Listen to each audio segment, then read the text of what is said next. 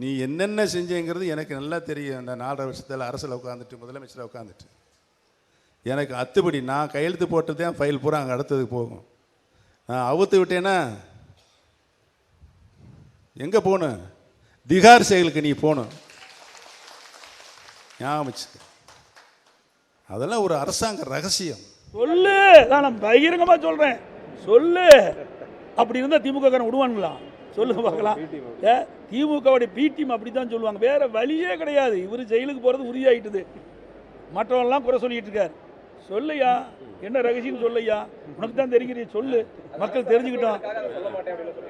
இதெல்லாம்